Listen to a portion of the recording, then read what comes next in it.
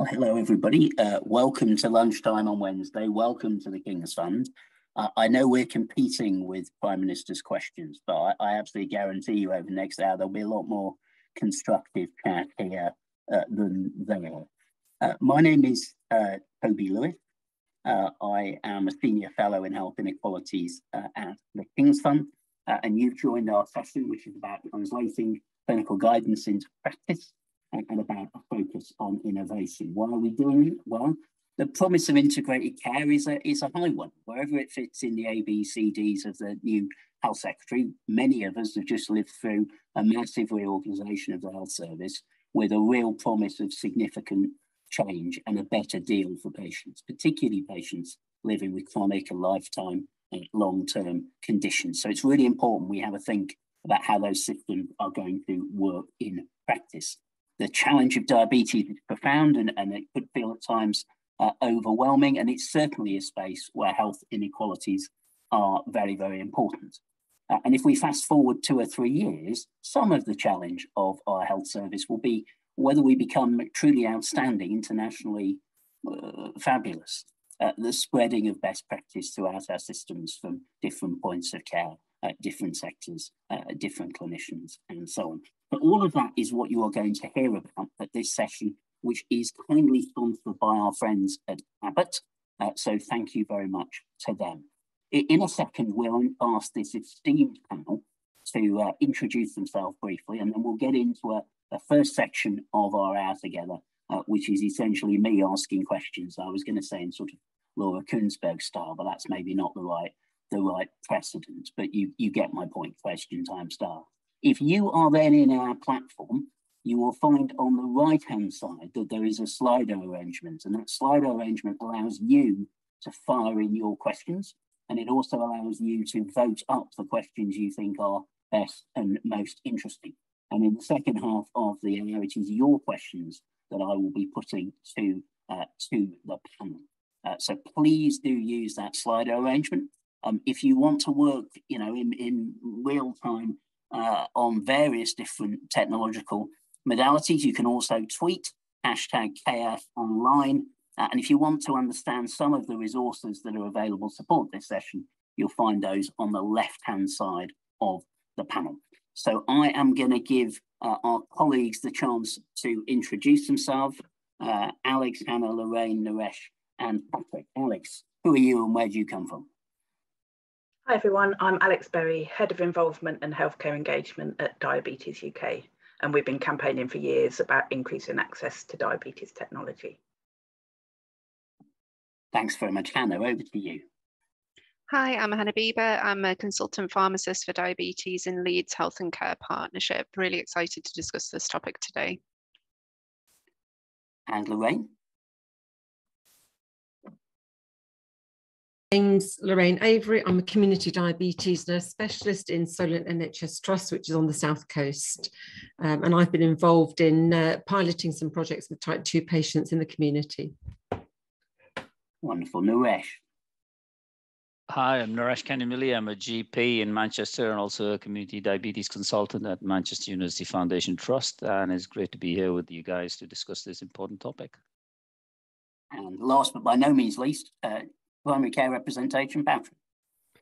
Thanks, Toby. Hi, my name's Patrick Holmes. I'm a GP partner in Darlington in the northeast of England, also the primary care network lead for diabetes in the northeast and North Cumbria. And I'm also looking forward to actually seeing what my esteemed colleagues are going to say, and hopefully I'll learn something today as well. Wonderful. You can now hopefully see most of the panel coming up on screen. You've got a sense of the wisdom that's in front of you. And I'm, as I said, going to ask a few opening softball questions before you land your hardball questions in the Slido section on the right-hand side. It's really down to you how we tilt this conversation between diabetes and innovation more generally. The guidelines that came out very recently, which are the context to this discussion with the massive expansion of technology that's available to patients. So we can tilt that way, or as I say, we can tilt into a broader innovation. It'll be up to you as you ask the questions. But I'm going to start by asking Patrick, asked a little bit about what success for him is in the deployment of those new guidelines and in rolling out improvements for patients in diabetes in his part of the world. Patrick. I suppose, what does success look like, I think is probably the big question, isn't it? And for me, there's a meaningful offer as per the NICE guidance to everybody, regardless of colour of skin, where they're from, what their economic or educational background is, across, yeah, and again, independent of where they're registered in terms of which GP practice. So that's what success looks like from our perspective. I mean, in terms of what we've done to try to deliver that success, I suppose what we have done at a North East North Cumbria, we've adopted the technology as per the NICE guidance for both type 1 and for type 2 diabetes. So we've made it available. And then the challenge actually from the Integrated Care Board was how do we make sure we don't exacerbate health inequalities? And that indeed is a central focus of what we're now trying to do. So the guidelines only came out recently, so I haven't got fantastic answers for how we've done that. We're in the process of that, and I'm sure we'll come back to some of those questions later on. But we've made it available now across the northeast of North Cumbria, as I've said. So yeah, so it's out there, and now we just need to get on and deliver. Thank you, Patrick. And Hannah, if we go down your side of the pennines without any prejudice implied in that, can you tell us a little bit about how in the West Yorkshire system you're thinking about success and about how you're thinking about implementing these guidelines? Yeah, not too dissimilarly to Patrick, really. Toby, I think it's really important that we make sure that we have equity. I suppose we're kind of thinking about a more a detailed plan really on how we kind of pick these populations up and make sure that we're quite rigorous about that. So can we kind of plan out, and I think probably 5 years is probably a reasonable target. That's not to say that we're not going to get on and deliver some good work in the meanwhile. As we pick people up, they'll get started if they meet the criteria and that just in their, you know, it's favorable for them. So I think that, you know, there's that piece of sort of the natural evolution of this as we land our commissioning statement, etc. But I think there's also that piece about then making sure that we've done rigorous pieces of work around have we picked up all of our type 1 population, for example, especially those that are maybe not being seen by secondary care services, and you know, who are those people? They don't get great care anyway, I don't think. So we need to be kind of thinking as well a bit around a one-stop shop, that as we're tackling one thing, can we tackle a number of things together?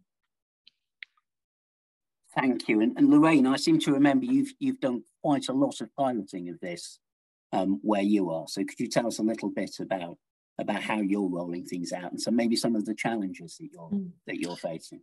I suppose primarily we started with the patients, and we really wanted to be clear that we could identify those that would identify most, particularly in the type 2 population. Our type 1 population is largely managed by our specialist services, and initially we started as a community specialist team. We started to pick up people, as Hannah referred to, people that have dropped out the specialist services for whatever reason. One of our challenges there was, you know, as a community team, we tend not to case hold, we tend to advise primary care, but it was following those patients up who we actually started on the technology. So that was for type 1s, we're working very hard with primary care to ensure that they have access. With type 2s, we wanted to get slightly ahead of the game, and we started to run a pilot project for poorly controlled patients on insulin with type 2 diabetes. To give them access to the technology, primarily to see if we could identify those who may benefit the most from it. And I think it was partly because when blood glucose monitoring first became more widespread, we had a number of type 2 patients who were monitoring. It was costing the NHS a significant amount of money, but they actually weren't necessarily benefiting from it. So we wanted to be sure that when we rolled this technology out, we were rolling it out to patients who we felt might benefit. So that was the main aim of the pilot, and obviously so that we could audit some outcomes. So we had some real live evidence to suggest, you know, this particular group of patients do benefit. This is how we identify them. And it isn't just about giving out the technology. We run them through a little structured education program to run through their pathophysiology of type 2 diabetes. Many of these people, if they haven't accessed structured education, would have done so many years ago. A session on carbohydrate management, and then actually the how to use the sensor and make use of the results. And the results so far have been incredibly positive, not from just HbA1c improvement, but quality of life has been picked up as a huge improvement as well. Wonderful. That's good to hear. And this is change for everybody in the health and care system, as well as you were saying, Lorraine, benefit for the patients. So Naresh, would you tell us a little bit about the sort of success markers that you're looking for from the perspective maybe of more acute care, although I appreciate your community based. Thanks. Thank you, Toby. And I echo a lot of the sentiments that were said by my colleagues here. I think from the secondary care perspective, I know I sit both in primary and secondary care. I think we need to look at it initially in the context of COVID and how it really helped the technology during that time. And I think there were improvement in outcomes within our center and the access for, telephone consultation when people were not able to visit us. So I think that was an unqualified success, I would say. And dare I say, a couple of my colleagues managed to get a couple of papers out based on the use of Flash, and I think they were well received, these papers as well. And I think we'll probably come onto it, and Alex probably will come onto it as well, about the differences in the localities of access to Flash, even in people living with type 1 diabetes. And I think that is something that we need to work as a system, especially in Manchester, because we have numerous hospitals. And one of the hospitals is particularly a top site for technology, and they seem to bear the cost of this more than the other hospitals, let's say. So I think success is varied. In primary care, yes, I think us as GPs are getting more and more used to technology, but even we have a steep learning curve. I mean, trying to get our nurses who manage most of the diabetes in primary care on board, and I think it's taking up a lot of time. But I think the future is bright, let's say. I think the more technology we have, and I think the two key words that I think was mentioned here is equity of access. That's the key thing around all aspects of it. And to be fair, these are guidelines, right? And I think implementation is left up to the localities. I know people with type 1 diabetes might look at the guide and say, I need it or I want it, but does not necessarily mean that they will get it, because even NICE didn't do anything on the, return on investment type thing. They didn't talk about resource impact. That's something that we need to be cognizant about. It's nice to have technology, but nice to give it to people who actually need it and will benefit most from it. Thanks, Naresh. I think we're beginning to get into the challenge of expectations in different bits of the system, including patients. So Alex, would you say something about where you think the expectations have been set for patients in the community? I know it's difficult to generalize, but what's your sense? I think the NICE guidelines really represent a key shift in thinking, that there's a move between recognising that technology is actually an integral part of diabetes management and not just a nice to have or for certain groups of people. So I think success for us is that everybody who is eligible has the access to diabetes technology of their choice, picking the right tech that is the tech that's right for them. That people are given support to use it. But yes, I take your point about managing expectations, and it's good to hear Hannah talk about a 5-year plan, because that helps us to understand what people's expectations, what helps us manage people's expectations when we know what is happening in the system. So some of the things that we're doing at Diabetes UK is working at systems level, so understanding that variation in locality and helping local systems to implement the guidelines, but also working at individual level, both with healthcare professionals and helping provide them with the education and support and guidance they need to implement the technology, and also education and guidance and advocacy for people with diabetes so they can get the most out of the technology as well. Now, as we've gone around the panel, I've been listening to a variety of different challenges or pinch points, and the enthusiasm, the sense of possibility comes across from all of you. But without wishing to lower the mood, as it were, keeping it real, I'm keen to get a sense of what some of the really knotty challenges are. So Lorraine, you're down a track of having done your pilots. What if you were picking out one particular challenge? What would you say is potentially in front of people who are starting out? I think our biggest challenge is actually skilling primary care to use the data. I think fitting the data is actually the easy part, but it's actually interpreting that data and using it to the benefit of the patient and primary care staff in terms of learning. So we're setting up joint reviews, and I think somebody Naresh mentioned the ability of remote working. So one of the things we tend to do now is any patient that's been through our intensification program, we do a joint review with the practice nurse remotely. We don't need to be in the surgery. We can both access the results, and it becomes a sort of learning curve, and the practice nurse is very familiar with the patient. So that's tended to work really well. But that's our biggest thing, is really upskilling primary care now to interpret the data and get the best out of it. Well, primary care is 90+% of the health service, even if we only give 8% of the money. So probably I should come to Patrick really with what challenges you're facing, and maybe picking up some of the implications of what Lorraine's saying. Yeah, well, I think there's always variation of prioritization for different health conditions. So someone like myself in my practice, we're sort of very much focused on diabetes, but that's not universal. So I think the challenge in terms of workforce is quite significant. I think some of the traditional, as you say, we're working in an integrated care system model now, but some of the old thinking is still present. Things which often get thrown at me are, shouldn't this be done by secondary care? And this is the responsibility of secondary care. And I think and that's purely because everybody's busy in the health service. I've never known, I've worked for 24 years as a partner in the same practice. I've never known it like this. So it's a real tough time to deliver this.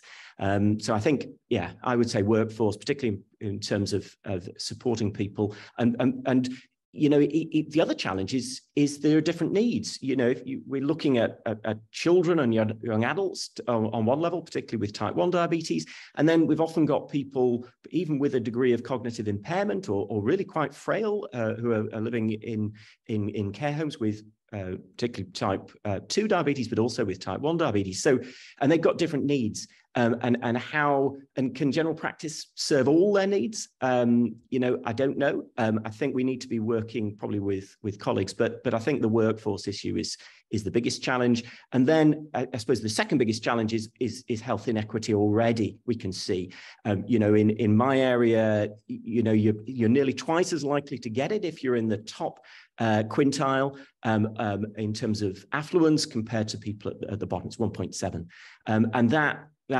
and in an area like the Northeast and North Cumbria, really deprivation is, if we can't get it right in health equity, then we fail as a system. So it's because we've got some of the most deprived areas in England in some parts of Middlesbrough, for example. So it's a real challenge. And then on top of that, if I'm allowed a third challenge in my area, it's rurality. You've got some urban areas, which is relatively easy to organize services.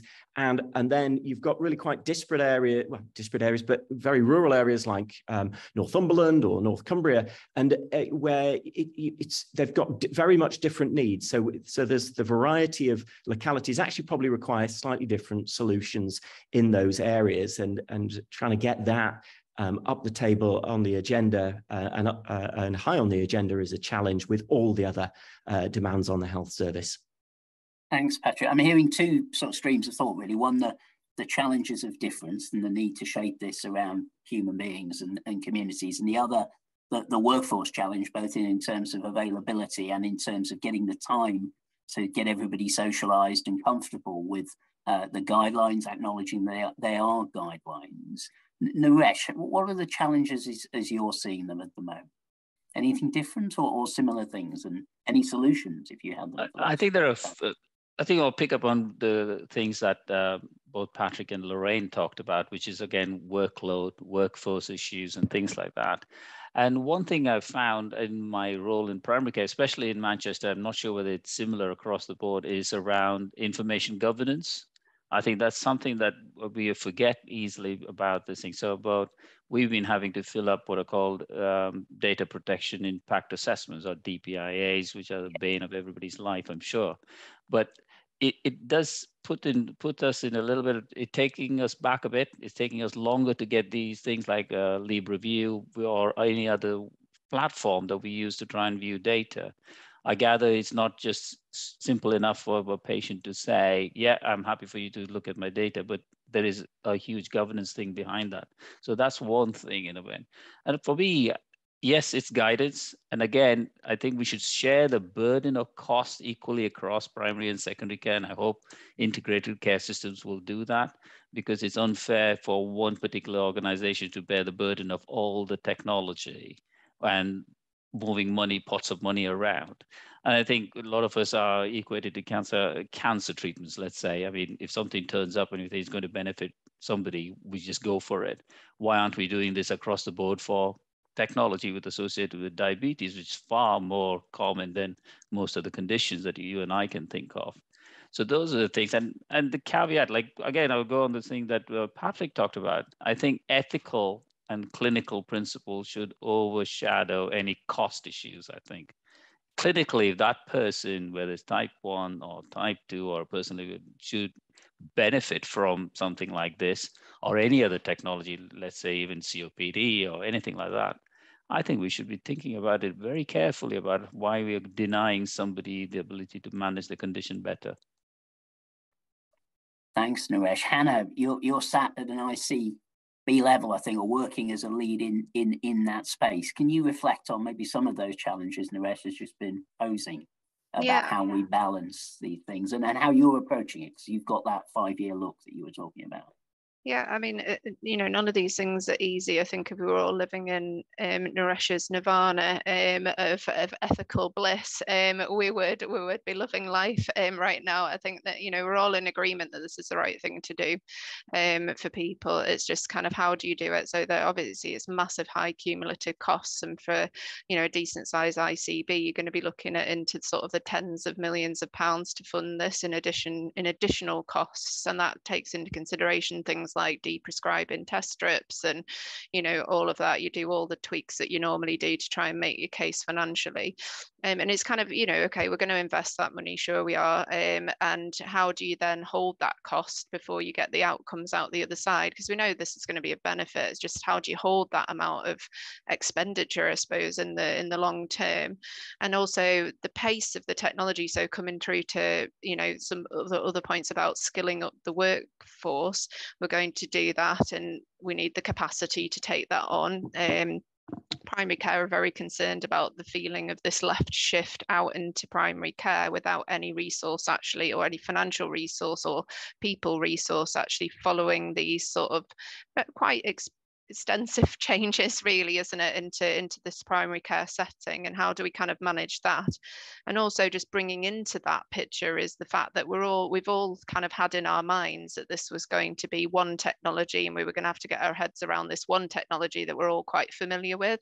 However, actually that is changing at quite a pace as well. There are new technologies, there are different platforms, so we need to now start to think about, how long do we lock in for example, if we choose a technology that we're going to now educate and train people on, how long do we lock into that deal to make it worthwhile training everybody in primary care on this? So, and that's a huge challenge, and kind of something that has more recently come into my sort of thought processes, Toby. So, and I think, also about that competency and confidence, we need to have that there. And how do you work that? So coming back to your question about solutions, I suppose for me, how do you create that in a primary care environment? This comes back to some work that myself, Naresh and Lorraine did around looking at sort of a 4-tier structured in primary care, sort of putting some more specialist practitioners in a PCN level, because it's impossible to train everybody at practice level on this technology and for them to remain up to date on it, it would be an epic challenge, and with workforce recruitment, etc., it wouldn't happen. So I think, you know, more than ever, these models of care have become really important, based on, you know, effectively as the chronic care model rolled out into sort of a diabetes sort of format. And I think, you know, it is about that. How do you do that? And in some systems, they're quite far on in kind of developing those sorts of this sort of way of working across tiers. However, some systems aren't. So we're almost, to do this piece of work, you're having to redesign your healthcare systems to get this done out the other side. And that's no mean feat. And that's why I'm sort of talking about a 5-year plan, because actually for a lot of places, we need to actually completely think again on how we're delivering diabetes care across our entire healthcare service. Thank you. And is that hub model, that tiered model, common to all of our panel, really? That's the emerging approach that people are taking? I'm not trying to find a one best solution. I'm worked in think tank for that long, but is that the sense of how this is being deployed? I think, you know, we put that model together based on what best practice in primary care networks were going to look like. And I think, you know, it was a best practice. It was supposed to be kind of what we would consider if you had all your bells and whistles, but we appreciate that the reality of that may be that you can't achieve everything in there. And I think that's probably where, now that we've tried to roll that model out, we've had lots of discussions over the last year since that model launched, and I'd be interested to hear what others think about this. But I think for sure the actual reality is difficult when we've got such workforce challenges at the moment. But I think we're just looking for, can you get somewhere along the line to this, or are there bits of this that might work for you? It's just more of a suggestive thing, and it goes back to guidelines, not tramlines conversation. Oh, no, that's a nice aphorism. Right, Patrick, I think you were coming in here. Yeah, I mean, so I'm anxiously awaiting. In fact, I've invited Hannah actually to speak to us in the Northeast about what she's doing in Leeds, and I know in Manchester they're further ahead with this, and I suspect in Portsmouth as well. The challenge really is without that, and I personally like the model. You know, anybody who wants to read more about it, it's on the Diabetes UK website under the Primary Care Network section. And but the problem is there are so many primary care networks. Not all of them are prioritising diabetes, because there's less of a central focus on that at the moment. There are in terms of PCN work streams.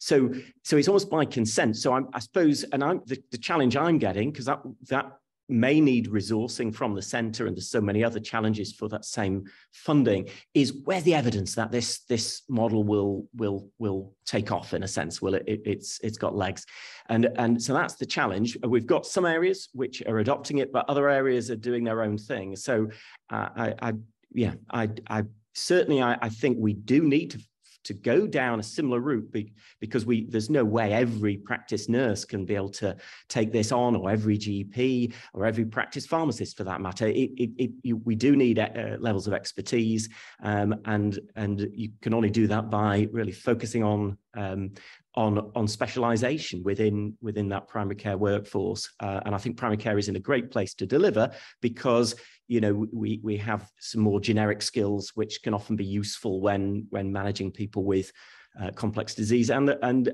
such as diabetes, and also there is a significant cohort which will not go to hospital.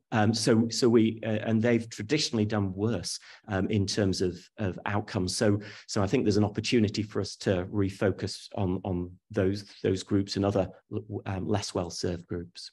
Thanks, Patrick. Do keep your questions coming in if you're in the audience. I can see lots of questions coming in. I'll go to them in about 5 or 6 minutes. But I wanted to give the panel a chance to reflect on that inequalities question, and that sort of human shaping of the service offer for different communities, and how you're thinking about that and going about that at the moment. Alex, maybe coming to you first in terms of a sense of what you're seeing around the country. Yeah, thank you, Toby. And I think in your introduction, you talked about the difficulty of diabetes, and we know it's tough, and that self-management is relentless. And what Flash and CGM and technology has the potential to do is really ease the burden and improve outcomes. But we know from data from the National Paediatric Diabetes Audit and the National Diabetes Audit there are trends of widening inequalities in care with people, and that includes poorer diabetes outcomes and particularly for this panel, access to diabetes technology for people from ethnic minority backgrounds and from socially deprived areas. And I think, and that's something we hear all the time from our regional and national colleagues and people working on the ground, and the calls that we have into our care line and things like that.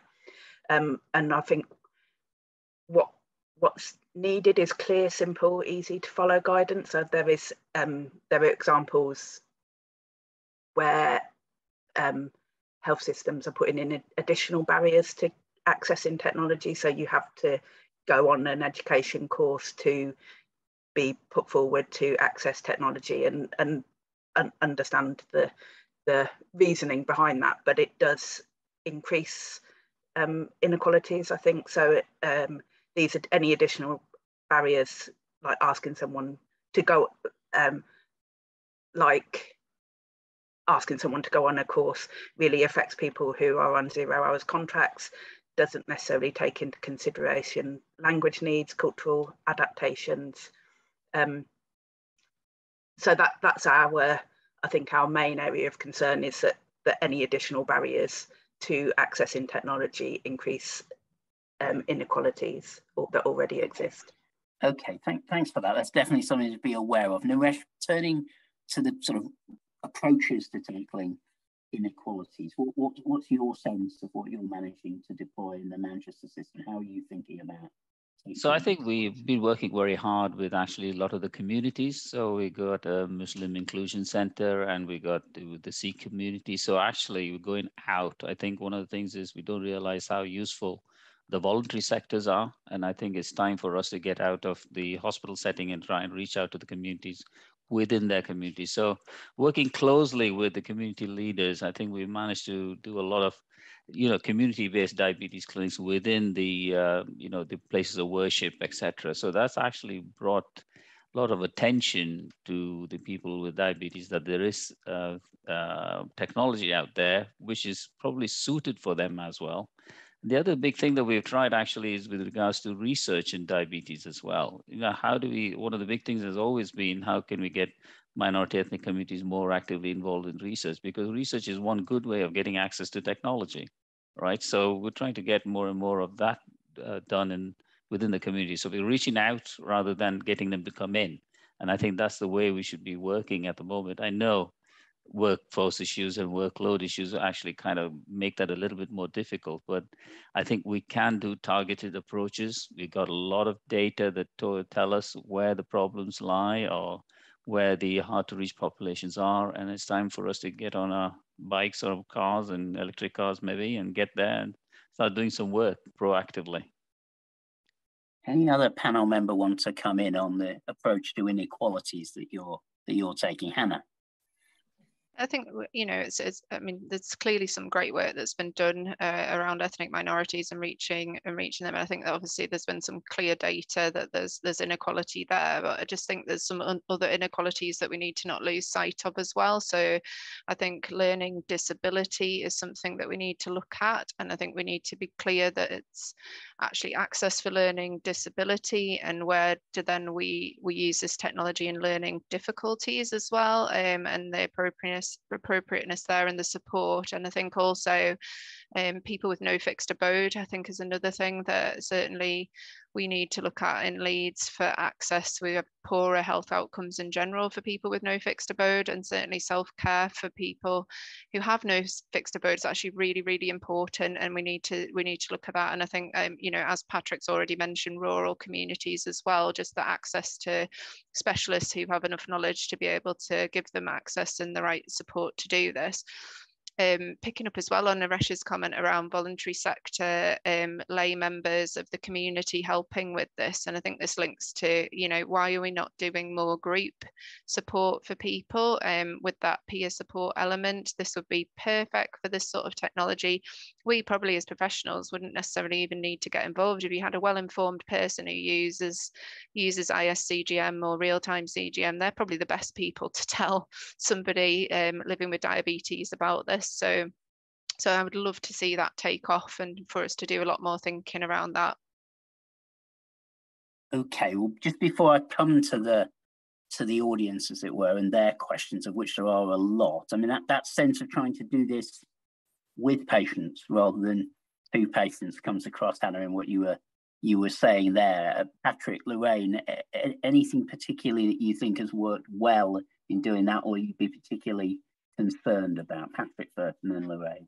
Yeah, well, you then said what's worked well, and for us, it still feels as an early part of the journey, even though the technology's been there for a while. As I said, we've got so in our area we've got quite significant health inequity in access to this technology. I mean, what we're doing, so certainly Diabetes UK are there with us at every step and contribute to meetings and certainly challenge us. So there is a patient voice there. We're certainly working with our health inequality teams at a system level to try to inform and shape what we're doing. I think most important thing, and I suppose specifically in our area, we've got, as I said, we've got deprived areas. They're probably not, we're not as ethnically diverse, I think, in the Northeast as other parts of the country, but we've got certainly deprivation and the rural aspect of that deprivation, as Hannah highlights. Someone can't take a whole day off work to go to the centre of Newcastle if you're living in the Durham Dales, for example, or Derwentsside. So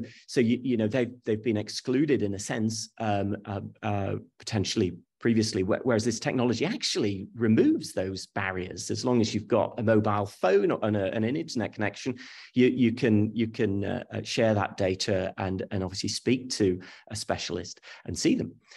I think one thing we're doing differently, and I hope it's going to help us tackle this, is actually we're engaging with the deep end practices. So these are the practices from the most deprived communities, and they're often spaced.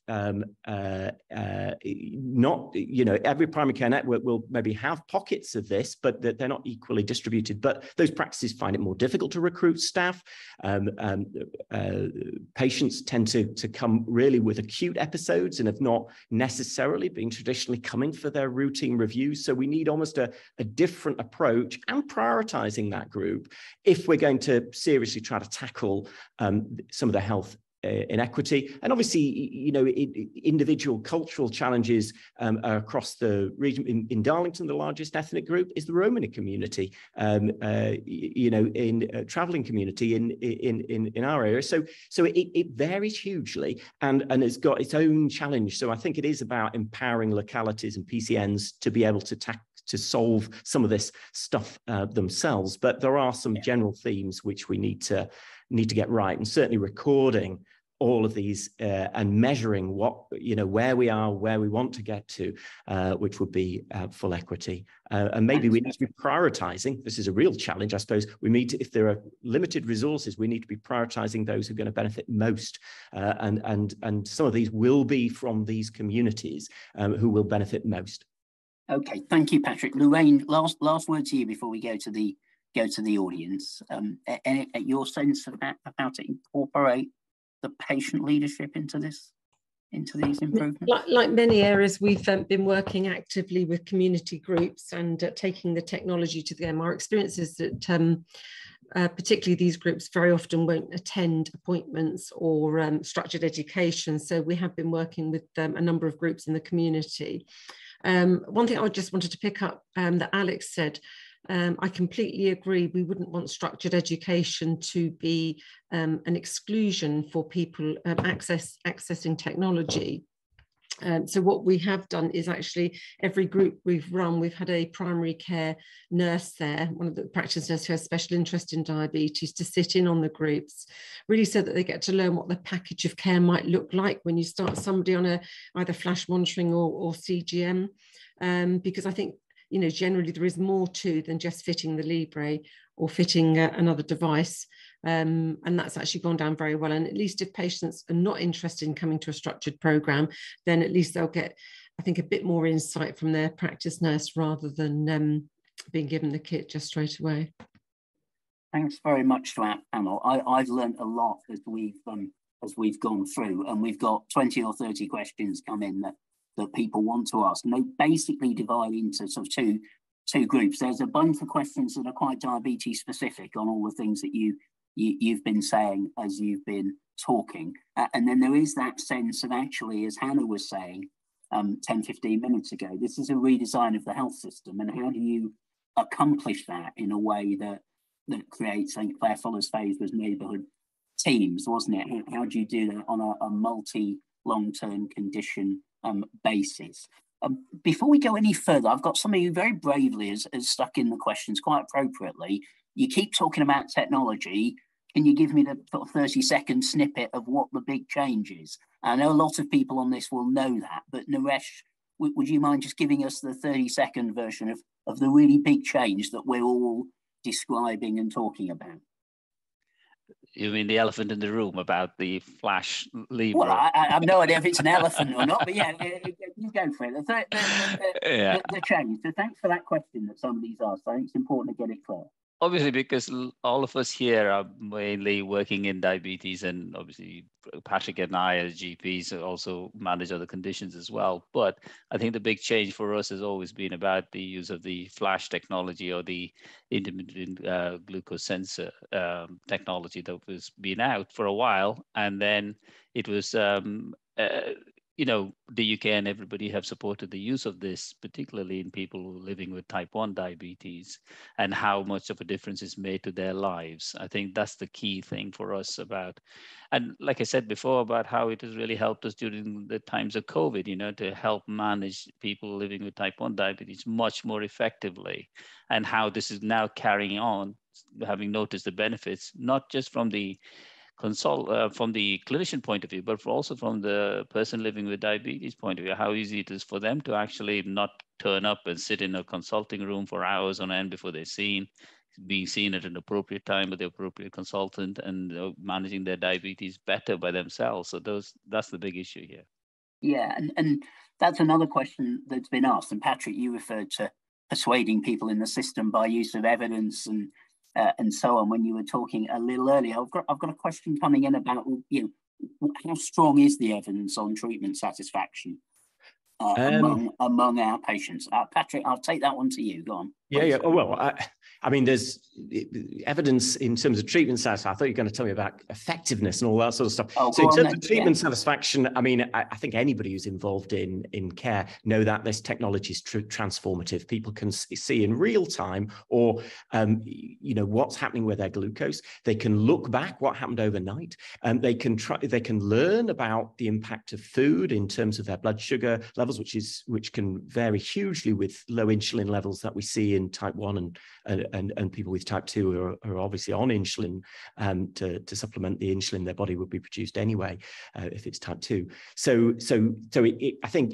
it's I don't know anybody who's not worked with people who are living with type 1 or type 2 diabetes, or type 3C diabetes, pancreatic diabetes, such as cystic fibrosis, will know that this stuff works. Patients on the whole really find it useful. There is some evidence it reduces diabetes distress, but this is also hugely cost effective as well. So you know, we've got to find the challenge of diabetes is it takes a long time to develop complications. But if we can get the blood sugar, which is under control, then we've got a real chance of making that difference. But it's going to take many years. But we're told it's far more cost effective than a lot of the pills we're using in and encouraged to use in type 2 diabetes, for example. So we've got to somehow find a place, and more cost effective than some certain treatments for cancer and etc. So we've got to find a place for it. There's a huge evidence base for this in terms of satisfaction, as well as it being a very effective and cost effective treatment. Okay, so I'm persuaded, and obviously more importantly, nice for persuaded, and the evidence is there. But as everyone's been saying, it's a very, very big change. Now, one of the things we spoke about a little while ago was workforce and the challenges of that. Are there areas in this space where perhaps professionals who haven't been particularly involved in the diabetes work in their communities are being brought into the workforce, and with delegation between layers within the diabetes workforce, or inviting other professionals to play a role in this space? Tell us something about how you're approaching delegation and layering out the roles of this system across the professional groups. Lorraine, is that a space where you, Hannah has her hand up? She's leaping in. Go for it.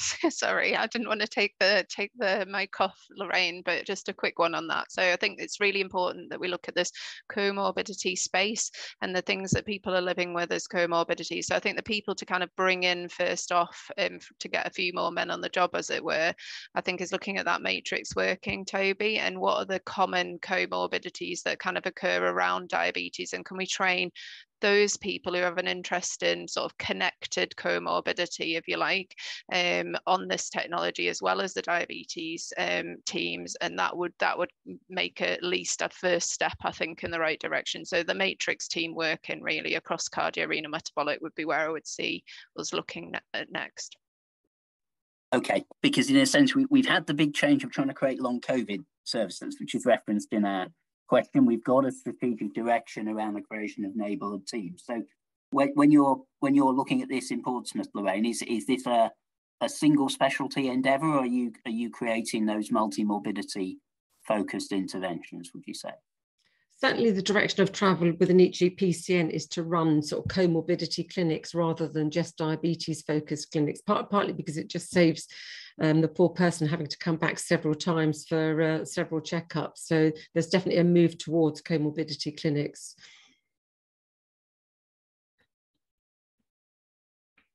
Sorry, I'm jumping between different bits of technology, and ironically, that's one of the questions that's quite popular in here is how are you handling the fact that many different digital systems exist between institutions? Is that proving to be a barrier? I'm not looking for excuses, as it were, in my part. I'm just looking for a sense of, is that really getting in the way? Naresh, your eyes lit up. Go on. Is that, yeah, is that getting in the way?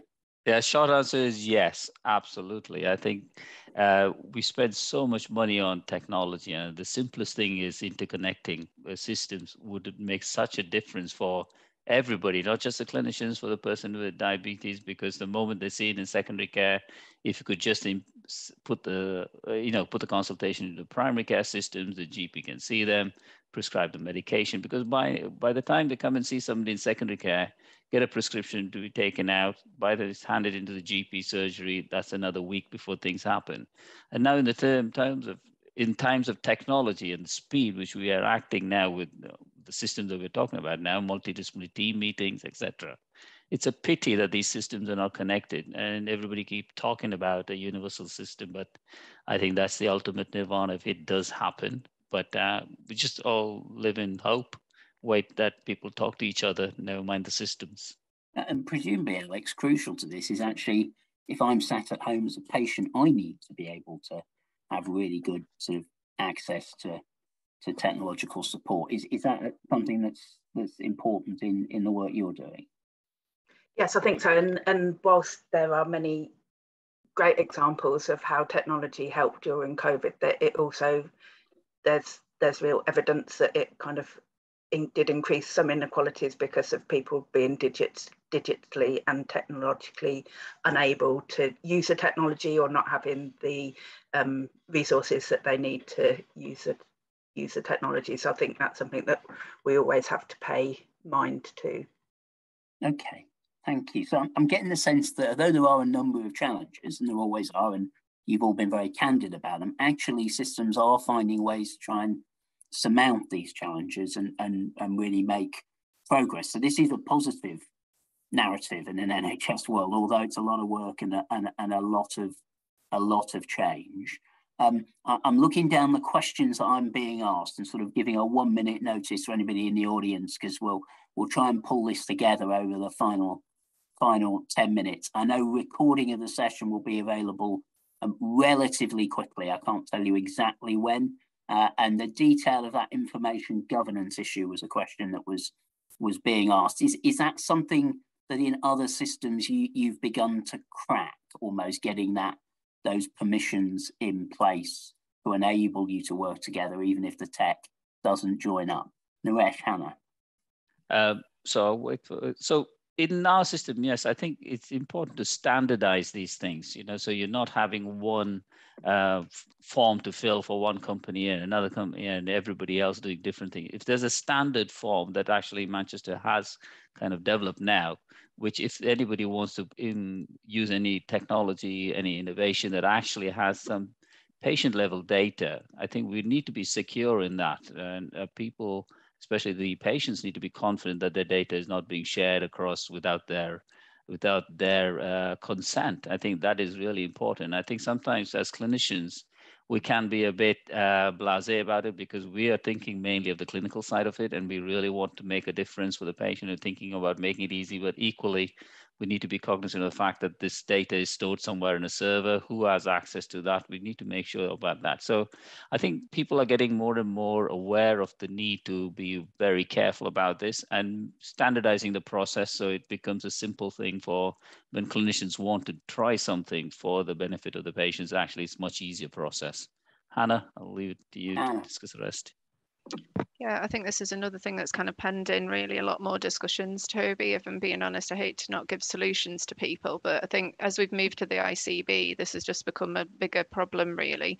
So I think what would be nice if we had a governance arrangement that everybody could kind of sign up to, but because the practices are all independent, each practice would need to sign up to this and give authorization, I suppose. And how do you do that? It's now become a huge problem from a point of view of just the scale of it that needs to get done. But I don't think it's insurmountable. And the other thing that we need to kind of think about is how do people move in and out of this system? So as you sign somebody up for us to be able to view their data, let's say we do that at practice level, what happens then if they get escalated up to PCN level or up to specialist services in the community or likewise up to the hospital?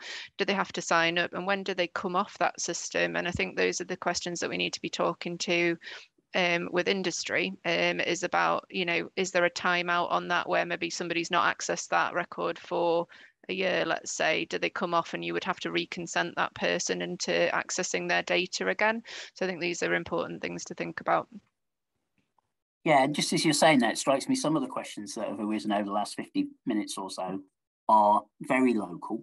They need to be solved, and others actually are things that, that there probably is a best answer, or at least a finite list of possible answers, and trying to share that knowledge across an ICB system or between systems, as Naresh was implying, feels quite important here.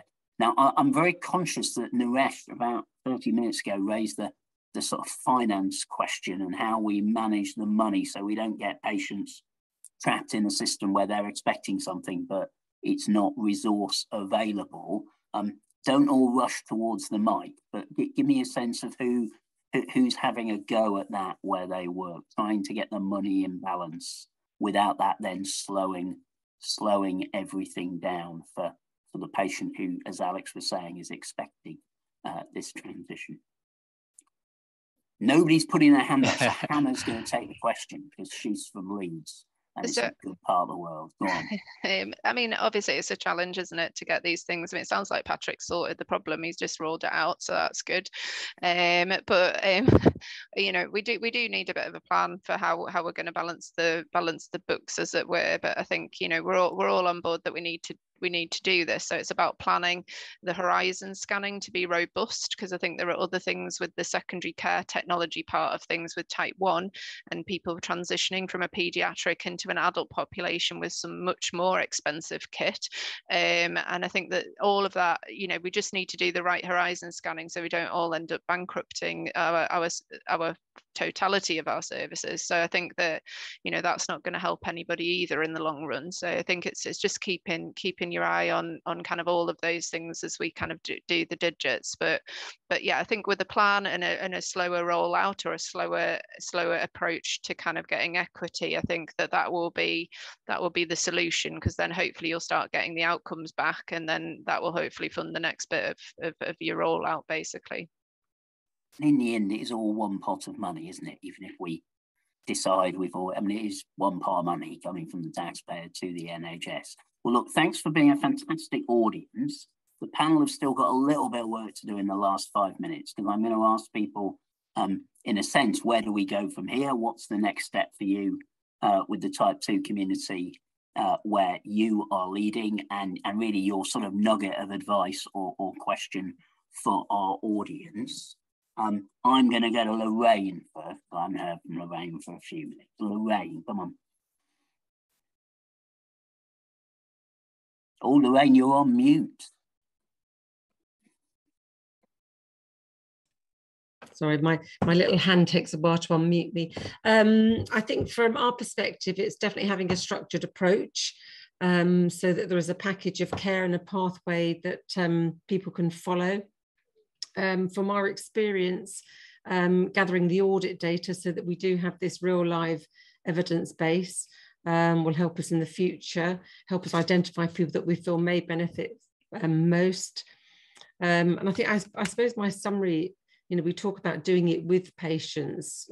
The 30 odd years I've worked in diabetes and all the behavioural change training I've done, I would have to say that flash monitoring and CGM is probably one of the most empowering things you can do with people with diabetes. So with the right people, it is fabulous. Thank you so much. Naresh, I'm going to come to you next. So, same question, really. Where do we go from here? So first thing would be about individualizing care. And then as we talked about resources, I think we need to be open and honest with the persons with the long-term conditions, be it diabetes or whatever. Get them involved in the pathway so they know that we're not hiding behind anything. Actually, we're trying to say, like you said, there's finite resources. Let's try and make sure the people who need it get it. That's the main thing. And use your clinical judgment. If you really think that this person would benefit and you can get good enthusiasm and good outcomes from this person, I think you should go for it, no matter what the cost is. I think at the end of the day, what we call friends and family test, and what would you want best for your family or your friends? You want the best technology, but equally, just be cognizant of the resources. So put the patient at the center, work the pathways around them, get them involved in the pathway development, and we'll be fine. Thank you very much. Alex, what's your sense then? Where do we go from here from a patient point of view, from a Diabetes UK point of view? I'll follow on from Naresh by saying, yes, put the patient at the centre, but more than that, see the patient as a resource in this. So at a systems level, involving and engaging people with diabetes in developing pathways. Like Hannah mentioned, people with lived experience are really good at helping other people take on the technology. So how you can use that peer support, and then also involving individuals in and engaging people with diabetes in their own care and really making true shared decision making. Thank you very much. We've got 2 minutes and 2 more speakers, so we're going to land this on time. Hannah, what's your thought? Yeah, I think just familiarise yourself with the new processes within the ICB. Obviously, we've got, we hope that we will all be taking a much more population health management planning route to our destinations of all sorts, and that really, engage with your long-term condition board. They are your advocates. They're also the people living with these diseases advocates as well, and often there is person representation on those boards. So it's really important that we go down that. It's all about stakeholder engagement, isn't it? So yeah, hugely important and the only way forward, really. Thank you, Patrick. We started by being told that GPs were going to be at the centre of this, so I'm going to end with you and then I'll bring this all together. Over to you. I suppose the centre of this is money and about sustainability. So sadly, that there's only a limited amount of that, although I'm sure we can print some more pounds, but it's so we spend only a fraction of the amount of money in managing diabetes in terms of drugs and monitoring their glucose levels. So the majority goes in complications. So we do need to take that leap of faith. There is a very strong evidence base that this technology is very cost effective, more cost effective than others treatments that we're providing across the broad context of care. So we've got to prioritize it, but we've got to look where the gains are to be made. Certainly, and I think this will be in some of these more difficult to reach groups or groups we've traditionally found difficult to reach, if I'm being honest. So I think, I think the use of audit to inform the system, to give them confidence that it's not just these academic studies or NICE, that actually it's working in our communities, in our system, that it is delivering. But it is the ultimate challenge of diabetes. It takes so long to develop complications. We've got to focus now. And of course, it's not just money. If the cost of diabetes, even if we look at carbon dioxide, a rather important thing. I've got lots of children. I hope to have lots of grandchildren. And the complications are not only expensive financially, but in terms of carbon dioxide. So we just need to make sure people age better and as a system prioritize that. But there are some bits and pieces, and I wouldn't disagree with anything that my panel have said in this roundup. Thank you so much, panel. And if anybody had either the energy crisis or the environment on their bingo card, I think I've just ticked you off as we bring this to a conclusion. So we are at the end. Thank you to our panel, virtual round of applause and all that. Thank you for participating. The recording will shortly be available. If you go on the left-hand side of the program and the system, you'll be able to find a feedback form where you can give us your thoughts on what worked well and what didn't. You'll also, more importantly, be able to find details of these 5 excellent people who I'm absolutely sure will be happy to answer reasonable follow-up questions, share material, share thoughts, and also pick the brains of people in the audience who may have other and brilliant ideas. So all that remains from my point of view from the King's Fund is to say thank you to Abbott for sponsoring, thank you to our 5 panel members, and thank you very much indeed for joining us. And hopefully when I look at Arthur's league table of deployment of this technology on Twitter, I'm going to see it zooming up over the course of the next 3 or 4 months. So if you have no idea what I'm referring to there, I'm apologising, but it is good to have the data out there as a patient as to how systems are getting on. Thank you all very much. We'll pull it up there. All the best.